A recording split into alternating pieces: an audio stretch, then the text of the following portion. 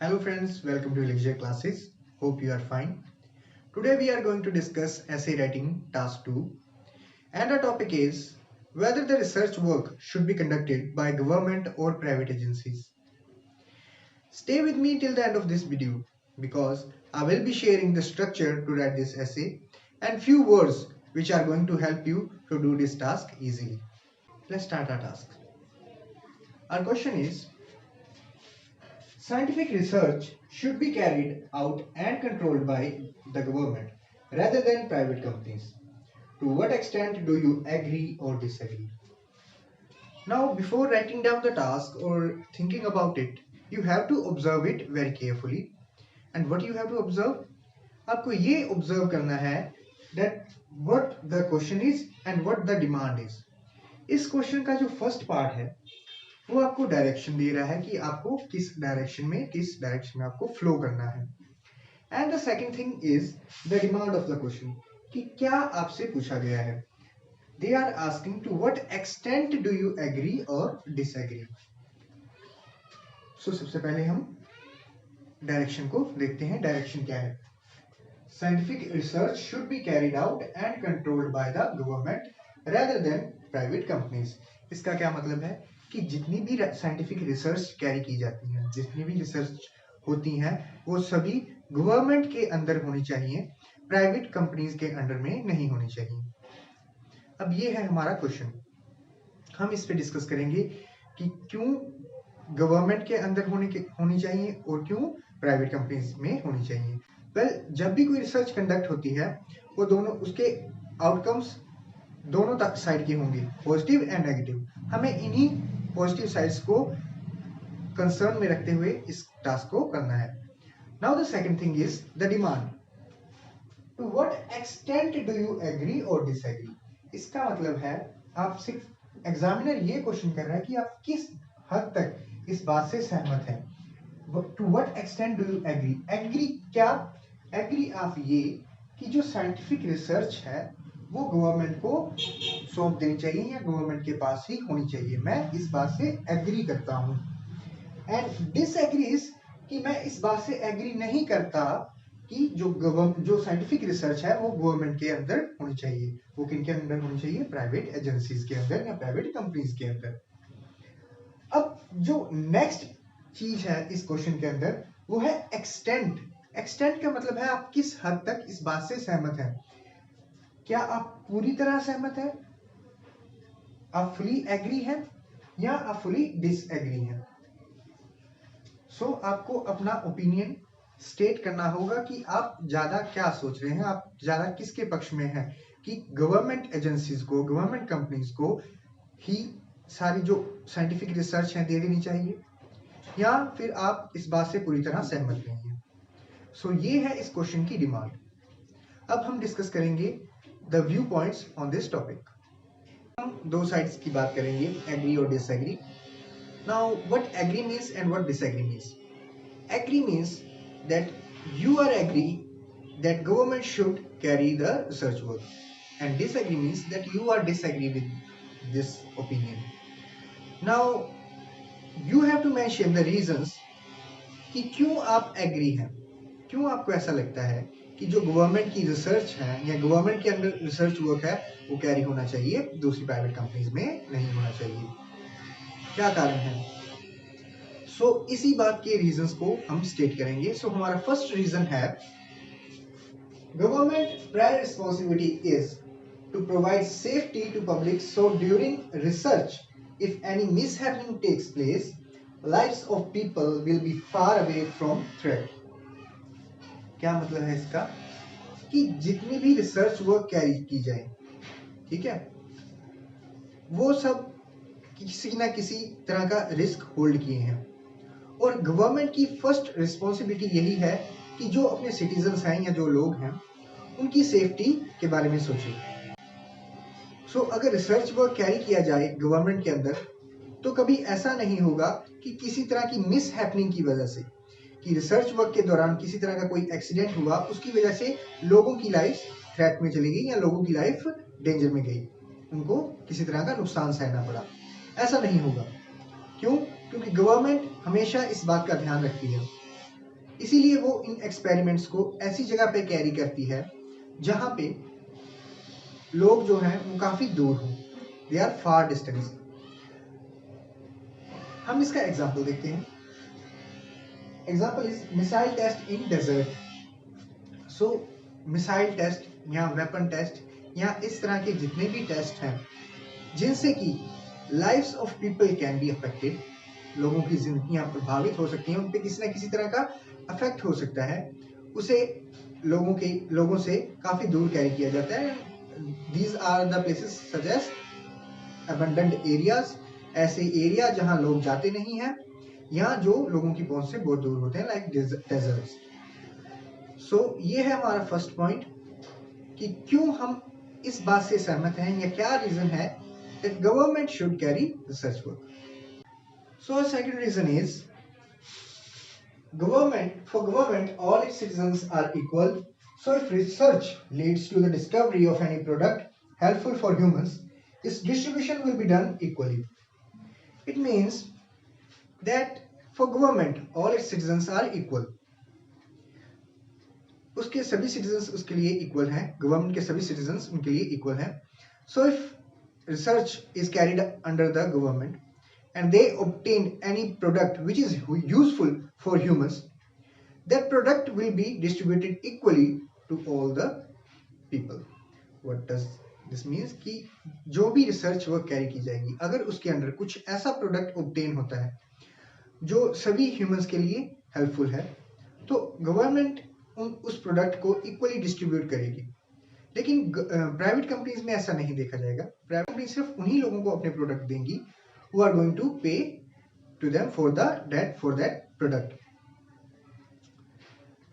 अगर इसका एग्जांपल देखें तो vaccination of every citizen during any pandemic, किसी भी पैंडेमिक के दौरान ये देखा जाता है कि जो वैक्सीनेशन है वो सभी को मिलती है और ये रिस्पॉन्सिबिलिटी है गवर्नमेंट की कि जो वैक्सीनेशन की जाए वो सभी को मिले, जो वैक्सीन अवेलेबल है वो सभी लोगों को मिले। This can be seen these days during corona pandemic कि जो वैक्सीनेशन ऑब्टेन की गई वो सभी लोगों को मिली। गवर्नमेंट इन प्रोडक्ट्स को किसी एक पर्सन को नहीं देगी बल्कि सभी के बेनिफिट के लिए सोचेगी। सो ये है सेकंड रीजन जो कि ये स्टेट करता है why research work should be under government. So our third point for the agreement side is government is concerned with the development of the nation. So if any profit is obtained from any research work it will be utilized for the growth of the country. It means कि अगर research work से या research से obtained किए गए किसी product से अच्छा प्रॉफिट गेन किया जा रहा है या कितना भी प्रॉफिट गेन किया जा रहा है उसे गवर्नमेंट कंट्री की डेवलपमेंट के लिए यूज करेगी। ये गवर्नमेंट की ड्यूटी है। लेकिन अगर हम प्राइवेट कंपनीज में देखें तो वहां ऐसा नहीं होगा। वो जितना भी प्रॉफिट अर्न करेंगी वो खुद की डेवलपमेंट में यूज करेंगी, not for the country. But government जितना भी प्रॉफिट अर्न करेगी उसे डायरेक्टली कंट्री की ग्रोथ में यूज करेगी। सो ये है हमारा third point. Now let's move on to the other side of this task, that is disagree. So the disagree is private firms should carry research work. इसका क्या मतलब है? Disagree का मतलब है कि गवर्नमेंट्स को ही ये अथॉरिटी नहीं होनी चाहिए कि रिसर्च वर्क कैरी करे। Private companies should also take part into it. So the first reason why private companies should take part is private companies uses latest technology and is far away from rigid working procedure, due to which research under them happens to be successful. इसका क्या मतलब है कि private companies दो factors का इस्तेमाल करती हैं, पहला लेटेस्ट टेक्नोलॉजी एंड दूसरा रिजिड वर्किंग प्रोसीजर। अब इन दोनों पॉइंट्स को समझते हैं। Latest technology means private companies हमेशा स्विच ऑन करेंगी जल्दी से लेटेस्ट टेक्नोलॉजी पे ताकि उनके जो एक्सपेरिमेंट्स हैं उनकी ग्रोथ रेट इंक्रीज हो सके। लेकिन गवर्नमेंट एजेंसीज के अंदर ये चीज कम देखी जाती है या government agencies late switch on करती हैं comparatively to private agencies. And second thing is rigid working procedure. अब प्राइवेट कंपनीज में ऐसा नहीं है कि अगर कोई पर्सन किसी पोजीशन पे वर्क कर रहा है, अगर कोई पर्सन किसी पोजीशन पे वर्क कर रहा है तो वो उस पोजीशन से हायर वर्क कर नहीं सकता। लेकिन अगर गवर्नमेंट एजेंसीज में देखें तो अगर कोई पर्सन किसी फिक्स्ड पोजीशन पे है तो उस पोजीशन से ज़्यादा वर्क करने के लिए या उस अथॉरिटी से ज़्यादा आगे जाने के लिए उसे सर्टेन परमिशंस लेनी पड़ती हैं। हाउएवर प्राइवेट कंपनीज में ऐसा नहीं है। इन दो पॉइंट्स की वजह से जो सक्सेस रेट है प्राइवेट कंपनी के अंदर वो ज़्यादा है। एग्जाम्पल है एप्पल कंपनी। एप्पल एक ऐसा वेल नोन ब्रांड है जो कि अपनी लेटेस्ट टेक्नोलॉजी की वजह से बहुत ही आगे है, और इसके जो एम्प्लॉयज हैं वो रिजिड वर्किंग प्रोसीजर को फॉलो नहीं करते, वो अपने पैटर्न्स को चेंज करते रहते हैं, अपग्रेड करते हैं, जिससे कि उनका इंटरेस्ट अपने काम में बढ़े और वो ज़्यादा सक्सेस की ओर जा सके। सो इन कारणों की वजह से हम कहते हैं that private company should have the authority for research work. So our next point is private companies always endeavor to do something revolutionary rather than working on the same path with minor changes to stay ahead. इसका क्या मतलब है कि private companies हमेशा revolutionary कुछ करने की कोशिश करती हैं। रेवोल्यूशनरी मीन्स कुछ ऐसा जिससे कि एक सिग्निफिकेंट चेंज सोसाइटी के अंदर लाया जा सके, सिग्निफिकेंट चेंज लोगों की हैबिट में या डे टू डे लाइफ में। rather than working on the same path with minor changes, मतलब वो ये नहीं पसंद करती कि छोटे छोटे चेंजेस करते जाएं और वही चीज़ों को वापस लोगों के सामने लेके आए।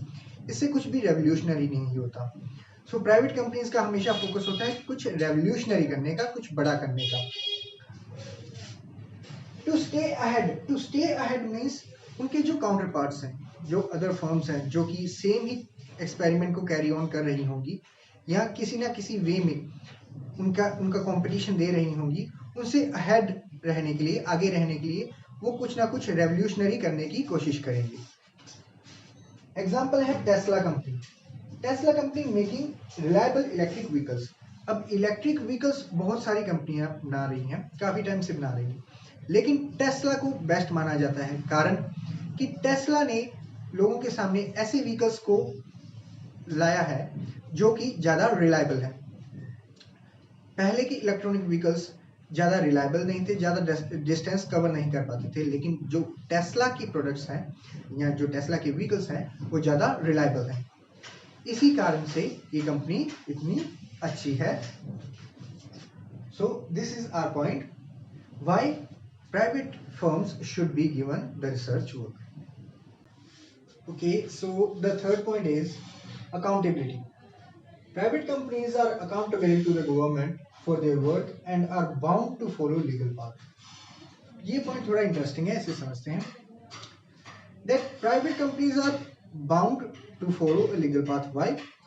कि प्राइवेट कंपनीज हमेशा सर्विलेंस के अंडर हैं। किसके सर्विलेंस के? गवर्नमेंट के। गवर्नमेंट उनसे रखे हुए हैं कि क्या एक्सपेरिमेंट्स या क्या वर्क किसी एक कंपनी के अंडर चल रहा है। सो अगर कोई एक प्राइवेट कंपनी कुछ इलीगल एक्सपेरिमेंट करती है तो गवर्नमेंट उसे उसी वक्त रोक सकती है। लेकिन इसी से क्वेश्चन अराइज होता है, क्या गवर्नमेंट इलीगल एक्सपेरिमेंट्स कर सकती है या इलीगल रिसर्च वर्क कैरी कर सकती है? So the answer is that in today's time there are many countries who are performing these experiments which are not in the favour of humans. जो humans के favour में तो बिल्कुल भी नहीं है, लेकिन फिर भी वो इस एक्सपेरिमेंट को कैरी कर रहे हैं। And there is no higher authority on them because of which they are doing these experiments. कि अब क्योंकि किसी एक गवर्नमेंट के ऊपर कोई और गवर्नमेंट है नहीं, किसी कंट्री के ऊपर कोई और कंट्री नहीं है, वो अब ये एक्सपेरिमेंट्स कर रही हैं। अगर आप नेट पे सर्च करेंगे तो आपको इजीली कुछ एक ऐसी कंट्रीज मिल जाएंगी जो कि इलीगल एक्सपेरिमेंट्स कैरी ऑन कर रही हैं। सो उनकी स्टेटमेंट क्या होती है? जब दूसरी कंट्रीज मिलकर उन्हें रोकने की कोशिश करती हैं, तब उनकी एक्सपेरिमेंट सिर्फ इतनी होगी that they are performing few experiments which are going to help humans and not going to create any chaos. किसी तरह की कोई परेशानी, किसी तरह का कोई असंतुलन वो नहीं चाहते, वो सिर्फ एक्सपेरिमेंट इसलिए कैरी कर रहे हैं ताकि ह्यूमंस का भला हो सके। अब न्यूक्लियर वेपन्स का टेस्ट या डिफरेंट तरह के मिसाइल्स के टेस्ट, ये ह्यूमंस के फेवर में तो बिल्कुल भी नहीं है, फिर भी इन्हें कैरी किया जाता है बाय सम गवर्नमेंट्स या फ्यू कंट्रीज, और इन्हें कोई भी सही तरह से रोक नहीं पा रहा। लेकिन अगर प्राइवेट कंपनीज कुछ एक्सपेरिमेंट्स करें तो उन्हें रोका जा सकता है बाय गवर्नमेंट्स। सो ये है हमारा third point, accountability. I hope कि आप ये पॉइंट्स समझ चुके होंगे। सो अब हम डिस्कस करने जा रहे हैं, डिस्कस करेंगे कि क्या स्ट्रक्चर हमें फॉलो करनी चाहिए to write down this essay. Let's talk about the structure to write this essay. The structure will include 4 paragraphs. First will be introduction, second will be body paragraph 1, then body paragraph 2, and finally conclusion. So introduction में आप क्या mention करेंगे? Introduction में mention करेंगे कि आपका opinion क्या है, आप किस side में हैं। Suppose कि आप agree हैं कि government को ही सारी power मिलनी चाहिए scientific research की, तो आप यहीं पे state कर जाएंगे introduction में कि मेरा opinion ये रहने वाला है। उसके बाद फिर आपका जो स्ट्रक्चर बनेगा बॉडी पैराग्राफ 1 का, वो एग्री होगा, क्योंकि आप कंप्लीटली एग्री कर चुके हैं, तो आप कंप्लीटली एग्री लिखेंगे। यहाँ लिखेंगे कि आप क्यों इस बात से सहमत हैं या क्यों आप चाहते हैं कि गवर्नमेंट ही सारा रिसर्च वर्क कैरी करे। यहाँ रीजन देंगे पैराग्राफ 1 के अंदर, देन पैराग्राफ 2 के अंदर अगेन आप अपने रीजंस को स्टेट करेंगे। देन फाइनली आप कंक्लूजन में मेंशन करेंगे कि क्या कारण है कि आप ऐसा सोचते हैं।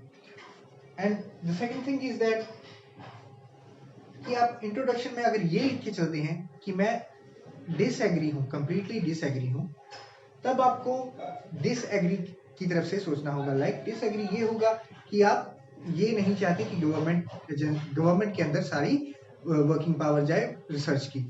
सो अब आप प्राइवेट सेक्टर के फेवर में हैं, तो आपको उनके फेवर के लिए पॉइंट्स यहाँ स्टेट करने होंगे। एंड फाइनली कंक्लूजन में मेंशन करना होगा कि क्यों आप इस बात से एग्री हैं या डिसएग्री हैं। ओके, अब जो फाइनल क्वेश्चन जिसकी एग्जामिनर ने डिमांड की है कुछ क्वेश्चन के अंदर, वो ये है कि एक्सटेंट क्या है, क्या आपका एक्सटेंट है।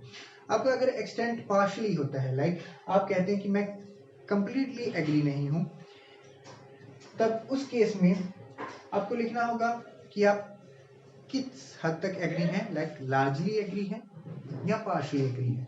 अगर आप पार्शियली एग्री होते हैं तो यहाँ आप स्टेट करेंगे इंट्रोडक्शन के अंदर ही कि मैं इस पॉइंट ऑफ व्यू से पार्शियली एग्री हूँ कि गवर्नमेंट को पावर होनी चाहिए और प्राइवेट कंपनीज को भी पावर होनी चाहिए कि वो रिसर्च वर्क कैरी कर सकें, मैं पार्शियली हूँ। उसके बाद आप बॉडी पैराग्राफ 1 के अंदर गवर्नमेंट के फेवर में लिखेंगे कि क्यों गवर्नमेंट एजेंसीज के पास रिसर्च करने की पावर होनी चाहिए। देन बॉडी पैराग्राफ 2 के अंदर आप लिखेंगे कि क्यों प्राइवेट कंपनीज के पास पावर होनी चाहिए। ओके, देन फाइनली कंक्लूजन में आप मेंशन करेंगे कि क्यों आप पार्शली हैं इस पॉइंट ऑफ व्यू से। सो ये स्ट्रक्चर रहने वाली है। सपोज कीजिए अगर आप पार्शली ना होके लार्जली हैं, लार्जली एग्री हैं कि गवर्नमेंट को पावर देनी चाहिए। आप लार्जली एग्री हैं, लार्जली एग्री का मतलब ये हुआ कि कुछ एक्सटेंट अभी भी ऐसा बाकी है जहां आप ये सोचते हैं कि कुछ पावर्स या कुछ हद तक प्राइवेट एजेंसीज को भी रिसर्च का वर्क देना चाहिए। तब आप यहाँ मेंशन कर दिया largely agree. Government again body paragraph 1 में आप गवर्नमेंट के फेवर में जाएंगे कि क्यों गवर्नमेंट को पावर देनी चाहिए। देन बॉडी पैराग्राफ 2 के अंदर आप प्राइवेट कंपनी के फेवर में बात करेंगे। एंड फाइनली कंक्लूजन में आप ये बताएंगे कि क्यों गवर्नमेंट को लार्जली पावर देनी चाहिए, या आप क्यों चाहते हैं कि आप क्यों इस बात से ज्यादा सहमत हैं कि गवर्नमेंट एजेंसीज के अंदर ये पावर होनी चाहिए रिसर्च वर्क की। सो ये होगा आपका introduction. Now let's move on to the next part, that is the vocab part. मैं आपको कुछ एक वर्ड्स यहाँ बताने वाला हूँ जो कि आपकी हेल्प करेंगे इस टास्क को पूरा करने में. So here are few words which are going to help you. The first word is research conducted, research done. Companies, firm, sentiment, opinion, risk, threat, outweigh, stronger than, generate revenue, make money, breakthrough, new discoveries, driven, motivated, innovate, create something new, corporate world, companies, excel, do well. So these are the words which you are going to use in this essay. Hope you understood this task. Please like, share and subscribe this video. Thank you.